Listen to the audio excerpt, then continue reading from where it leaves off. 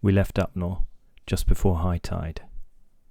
It was one of those still, crystal bright mornings where the crispness of the night gives way to the warmth of the rising sun. Our destination was Brightlingsea, just up the coast from the Thames estuary. It's a comfortable 7-hour route that threads its way through sandbanks with old world names that hint at those bargemen that went before us, except they had no sat-nav, no engine, and were lugging 300 tons of grain, wood or coal.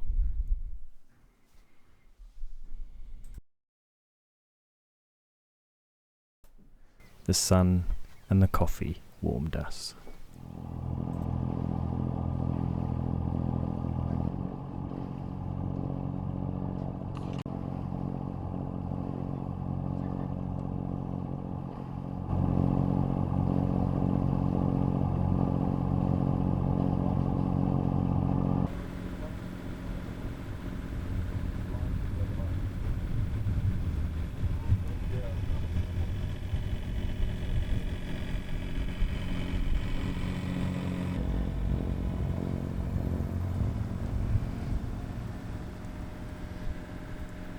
As we potter down through the Medway's familiar twists and turns, the morning mist burns away, and we start to shed layers and reach for our sunnies.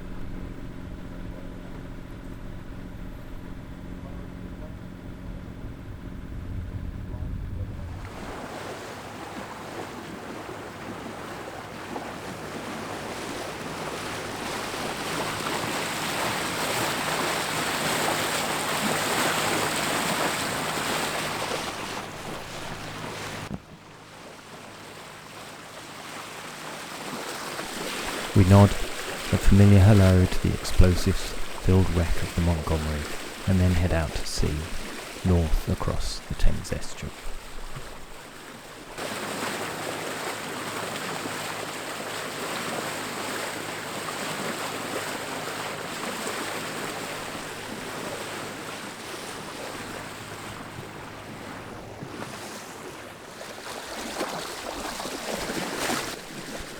Conditions are perfect to play with the still unfamiliar spinnaker. I ditch the sock as a disaster waiting to happen and work at setting this big sail. It gives a fair bit more push than a goose-winged jib and main, but as you can see, I'm still learning.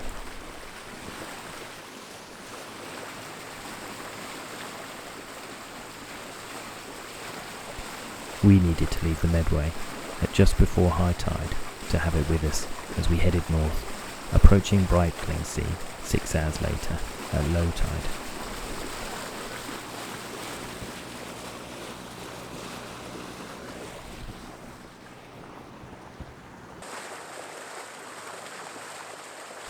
Once across the Thames, we enter the maze of sandbanks. Blacktail Spit, Middle Deep, Whitaker.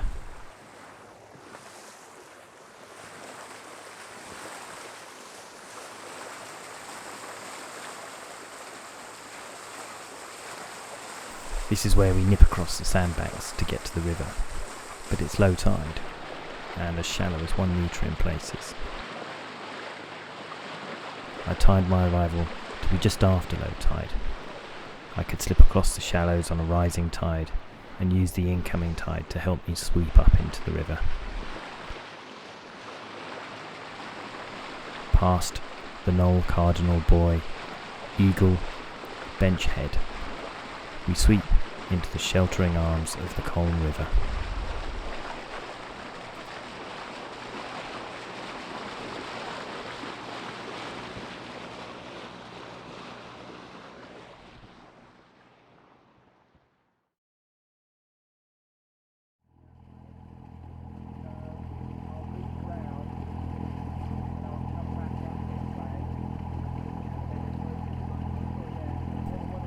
It's still too shallow to get into Brightlingsea Creek, so we anchor for an hour or two before heading in.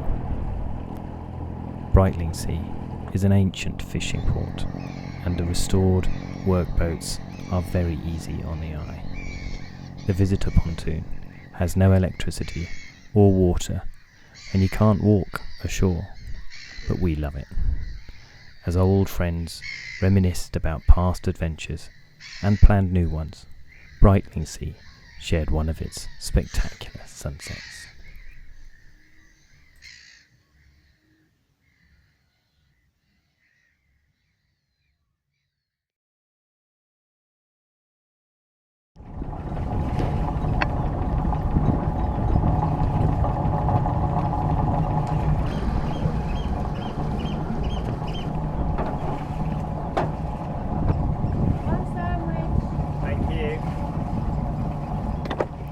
We cast off on a sunny, warm Sunday morning at 8 o'clock.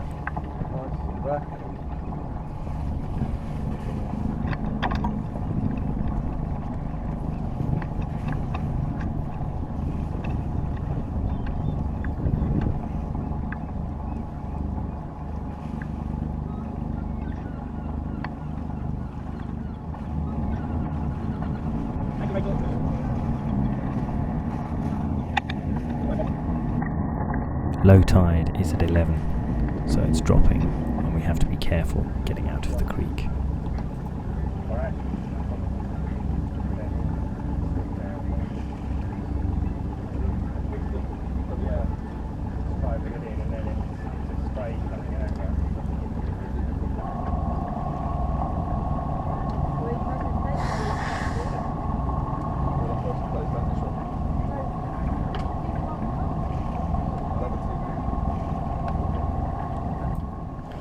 As we were leaving the river, a number of other classic barges were leaving at the same time as us. What a treat to see them. They bore away across the sandbanks with their local knowledge and shallow draft, and we headed further out to sea.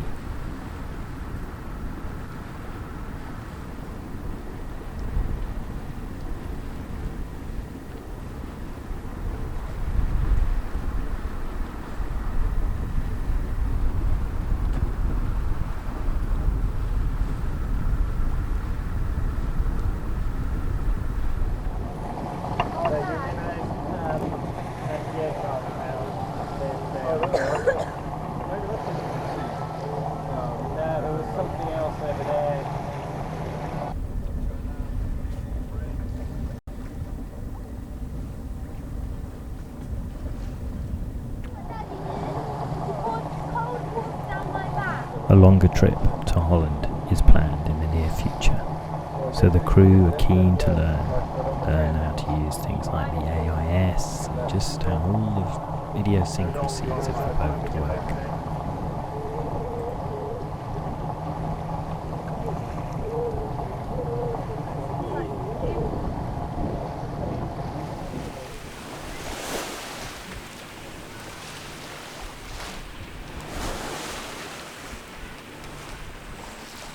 Crossing the shallows of the Medway, we take the outer channel this time, which allows us to catch more wind and hopefully more current to take us home to the Medway.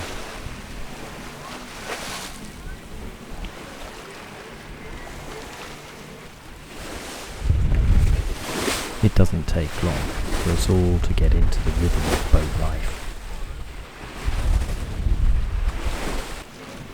As the sun rises into the sky, the wind strengthens, and Hawkeye has a bone between her teeth as the bow wave foams. Yeah, one stuck a big steak.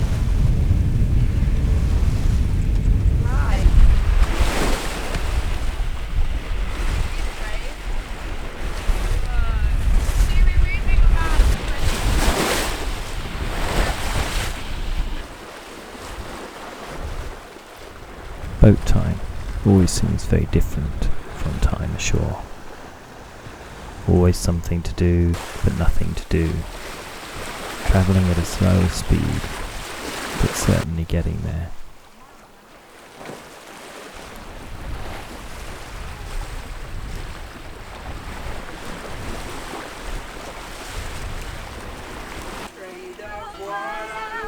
Often up with the dawn, but perhaps a mid-afternoon snooze. Working with the wind and the tide, sometimes going faster, sometimes going slower. It's a different kind of life, and we're still only an hour away from London.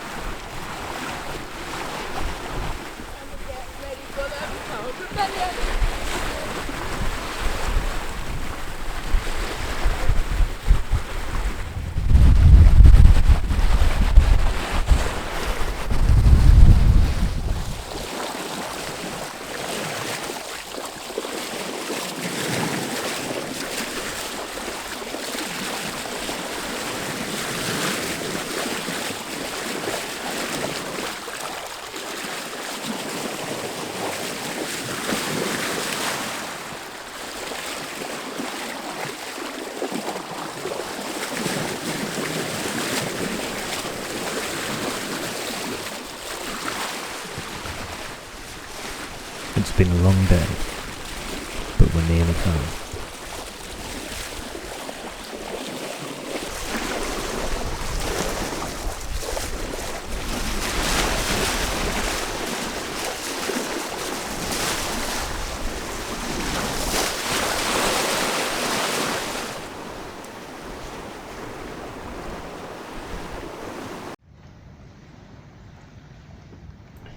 Goose winging it all the way up the approach channel and into the river. We wave at the Montgomery wreck and its explosives as we go past, and look at the fortifications. It's with a bit of a pang we get in the dinghy and head to shore and back to our lives, but we know we've trained ourselves up and we're ready for the next adventure, which will come soon enough.